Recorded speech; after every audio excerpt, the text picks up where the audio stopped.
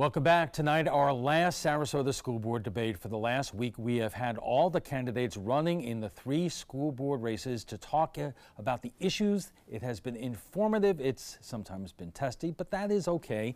After all, it's about the education and safety of our kids at stake, and it's been a tough couple of months for the school board. In the aftermath of the Parkland massacre, there has been discord, backstabbing, text messages that have gone public. There's also been some serious philosophical issues, charter schools and vouchers, etc. Tonight, District 1 joining us is School Board Chair Bridget Ziegler and her challenger, Nick Guy. Welcome to you both. Let's start with the aftermath of Parkland and the steps that the school board has taken. We have a quasi thing going on here with the SROs still in the schools, building towards your own police department. Bridget, some people say that the process from there to here has been really kind of chaotic when it should not have been. Well, first of all, safety and security prior to Parkland always a priority, but I think it was magnified certainly after Parkland, and everyone across the state was looking at how do we address this effectively. I think Sarasota County was definitely in the forefront of it. I had the opportunity to call an executive session immediately after I went to Tallahassee. I was appointed as the governor's safety task force, and I think Sarasota County started ahead of the curve.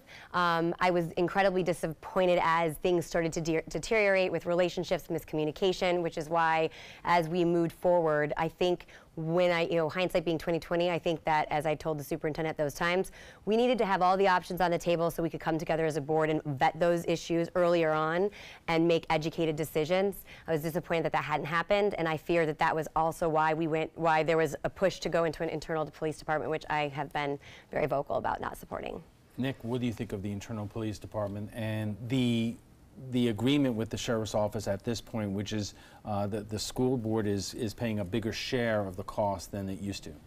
Well, I mean, it's unfortunate that we now have to have an armed law enforcement officer in every school, but that's what it's come to. The state did us no favors with how they structured the funding for this, and all summer this was politicized. I mean, we had people that communication's a two-way street, and I know there were a lot of egos involved with this discussion between the superintendent and the sheriff, and all summer we needed somebody to step up and bring these people together, and that didn't happen. I mean, for months you learned more reading about it in the paper from press releases and conversations people were having, and I was leery at first, but now when I see that these officers have averaged around 22 years experience, they're coming from our local municipalities, our local law enforcement agencies, I'm pretty optimistic. I look forward to seeing what they do. I'm going to ask you both a real quick question, real quick answers. Guardian program, which is in the state legislation, would you be in favor of it? No. Is that quick enough for you? Yeah. Absolutely not. Bridget? And I've always said this, I defer to law enforcement, and that was putting all of the options on the table. I think we need to have a plan together with the experts in law enforcement. I would never make an opinion on it because nothing's been presented where I could vet that specifically, but I ultimately believe we need to focus on education and partner with our law enforcement partners so that we can focus on our core competencies. Okay, we're going to take a quick break. Our conversation on the District 1 School Board debate continues. Welcome back to the Sarasota School Board District 1 debate. And tonight, joining us for more are School Board Chair Bridget Ziegler and her challenger Nick Guy. And I'm going to do something that we did with the other candidates, because these elections are about hiring and firing. And Nick, I'm going to start with you. Why should the good voters who are watching this tonight fire Bridget Ziegler? Well, let's talk more about why they should hire me. Someone with actual education experience in the last decade working in the corporate world, technology, IT solutions. I think I have a unique blend of skills and knowledge that is vital for leading the board. We've seen a lot of politics brought into our school board these last few years, and that's not what this is about. This is about the community. This is about public education. Public education has been under attack in the state of Florida for decades. I moved down here 14 years ago to teach middle school, and I saw it then.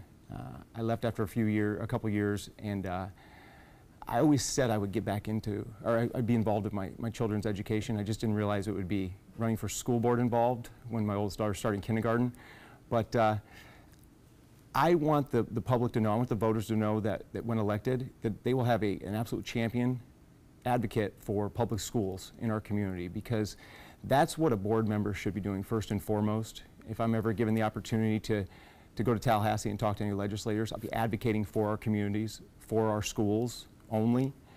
And like I said, we need to take the politics out of the school board. Okay, Bridget, why should voters decide to let you keep your job? Well, I'm very proud of what I've been able to accomplish in the last 4 years, and I believe that from what I hear from members of the community, it's clear that I don't shy away from a fight when I think it's in the best interest of taxpayers, teachers, staff, but ultimately students, and being a champion of students. And I know I'm an advocate of public schools, but it comes down to making sure that it's all about the students. And so I will continue to do that. I know that as a board member, sometimes we're challenged with uncomfortable and tough decisions, but being able to discuss them in a transparent way, in a civil way, is really what's going to allow our district to maintain top in the state and grow beyond that and be the best in the country. We have a little less than 2 minutes in this segment, but let's start on some issues. One would be the superintendent. You know, there was discussions about changing the provisions in his contract that would allow the school board to dismiss them.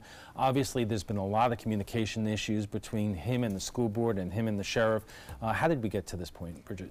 Well, the evaluation came out last week, and I think it's very clear that I was very honest with my evaluation of the superintendent.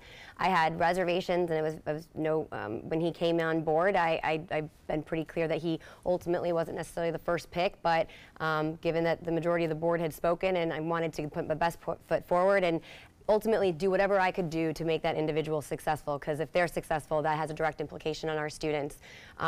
The last few months specifically, but over the course of the year, but the last few months specifically have had me very concerned. I'm very worried about the morale, and I think we need to reevaluate. Nick, how has Bridget and the school board handled this situation?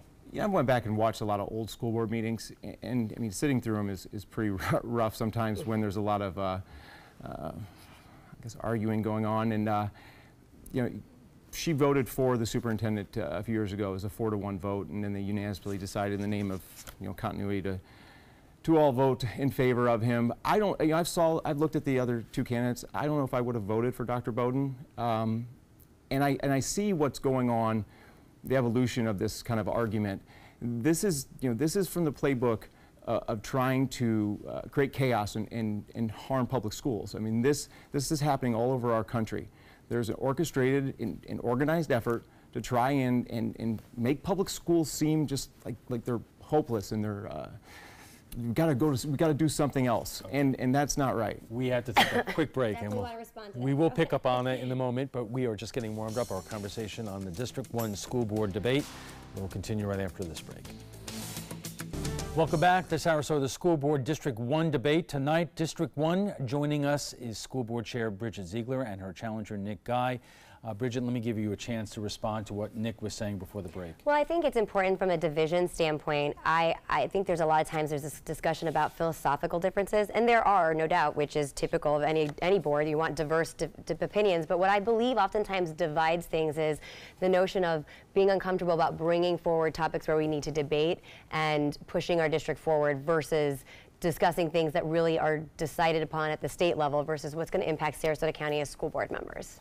Well, let me turn the subject a little bit to charter schools, which is really one of those issues that the school board has debated and people in this community have very strong feelings about. And the question is whether or not the school board should be approving for-profit charter schools. Bridget, what is your position on this? So for-profit charter schools, again, is something that oftentimes is a misstatement. There are for-profit management companies that do manage charter schools. I ultimately believe in school choice and want to ensure that there's the best opportunities and options for any student.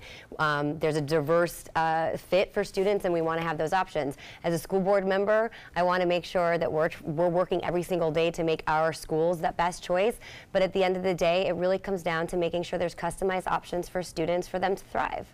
Nick, I know that you have strong feelings on this subject. Well, I think we need to close the for-profit managed loophole, because so the idea when it was started was a local organization identifies a local need that the local school district isn't providing, and they put resources behind it. It's a community thing. Unfortunately, some people have corrupted this, turned it into a big box model, And recently, just this past May, the largest for-profit managed charter school corporation, Academica, applied to come into Sarasota County. They have their eyes on us. I mean, we are I think we're the best school district in the state of Florida, hands down. And you know, we organized a protest that afternoon, not just me, concerned citizens from a wide variety of backgrounds and ages. Around 12 people got up and used their 3 minutes to talk about why this was a bad fit for Sarasota County. And fortunate for the community that charter school was not approved at a 4-to-1 vote, with the only favorable vote being my opponent.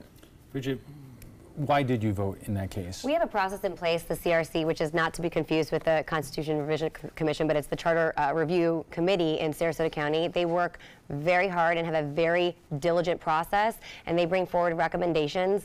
I evaluated it based on that. I even said during the workshop to the applicants, we have a high bar in Sarasota County. There's some great options, and so are you able to fulfill that, the enrollment? And my goal is to make sure that the continuity for our students exists, and based on the recommendation of the committee, it seemed to pass that test. Well, I believe, and I read all 140 some odd pages of the recommendation, you know, they wanted to target Title I students in Palmer Ranch. Now, I don't know if you're familiar with it, but there aren't a lot of Title I students living in Palmer Ranch. They want to set up shop in an affluent area so they can attract those students.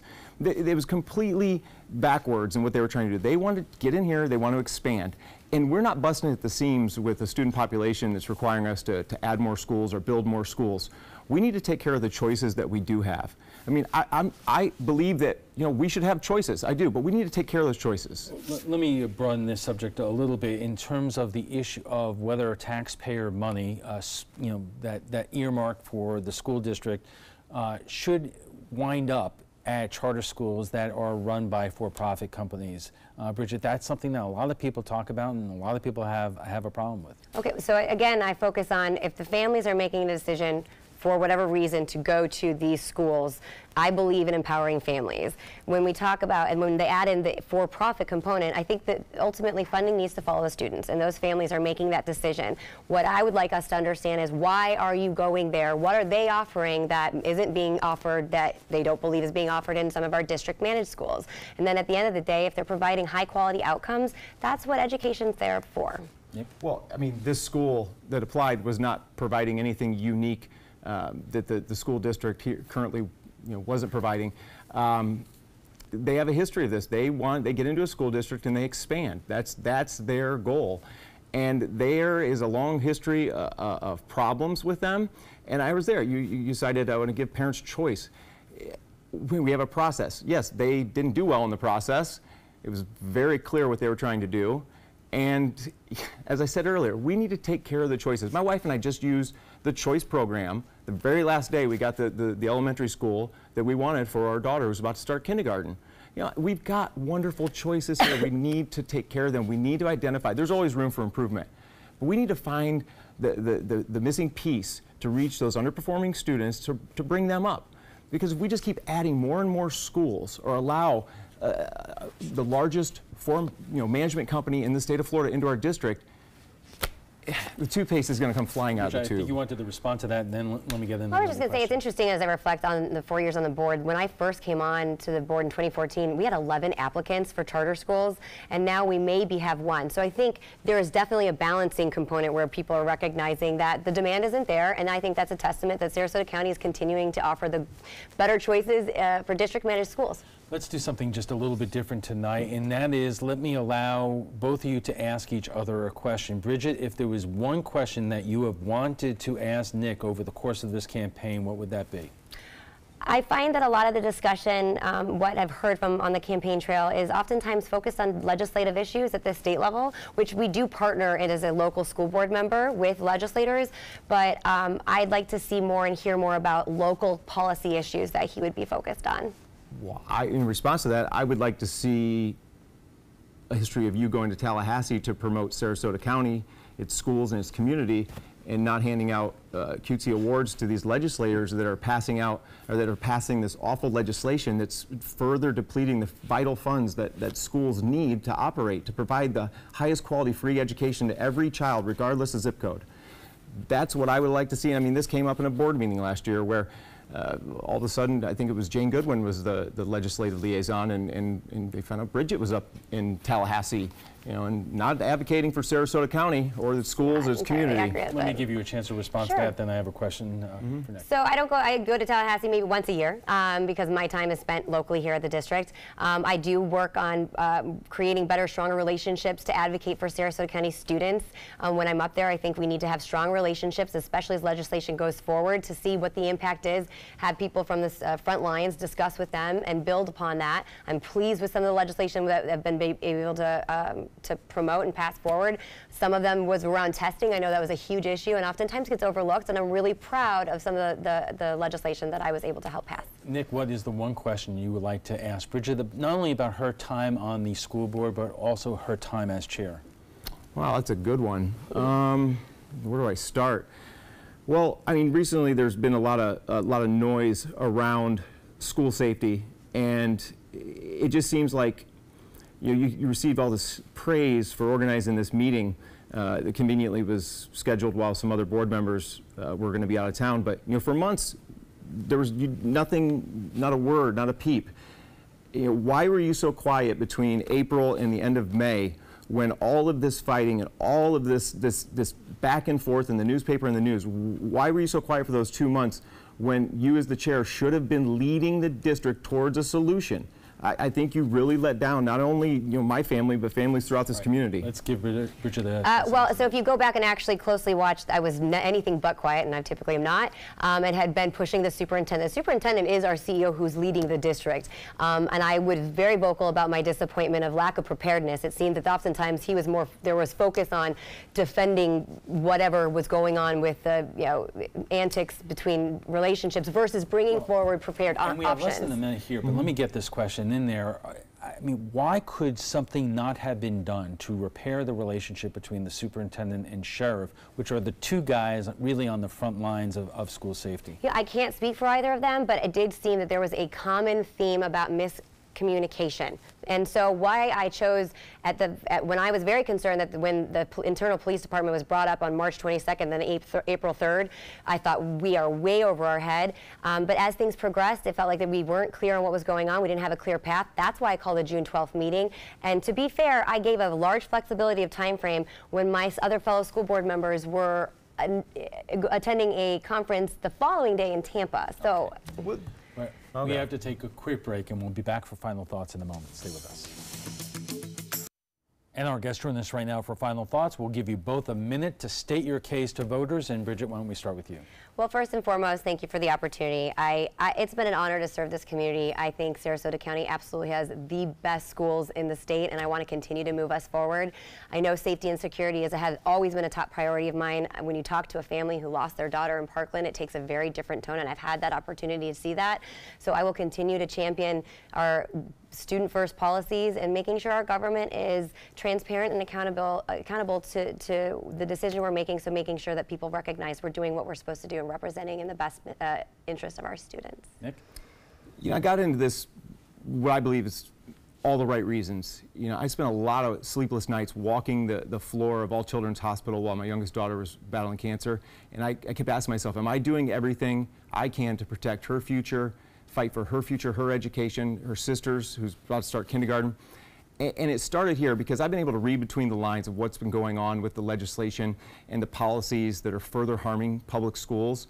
And I couldn't sit this out. I couldn't sit idly by and let this continue, because education is everything. It is the bulldozer that levels the playing field of opportunity for every child. And as a community, if the public knew what was going on in public education, they would be furious. And people are busy. They're working sometimes 2 jobs. They're not as dialed in as to the small fraction of us they're really hanging on every sort of policy and decision and the impact it has to our schools. But people are learning, people are getting smart, and I think that they were fooled in 2014, and I don't think they're going to be fooled again this year. All right, we'll have to leave it there. I want to thank you both for being here tonight, but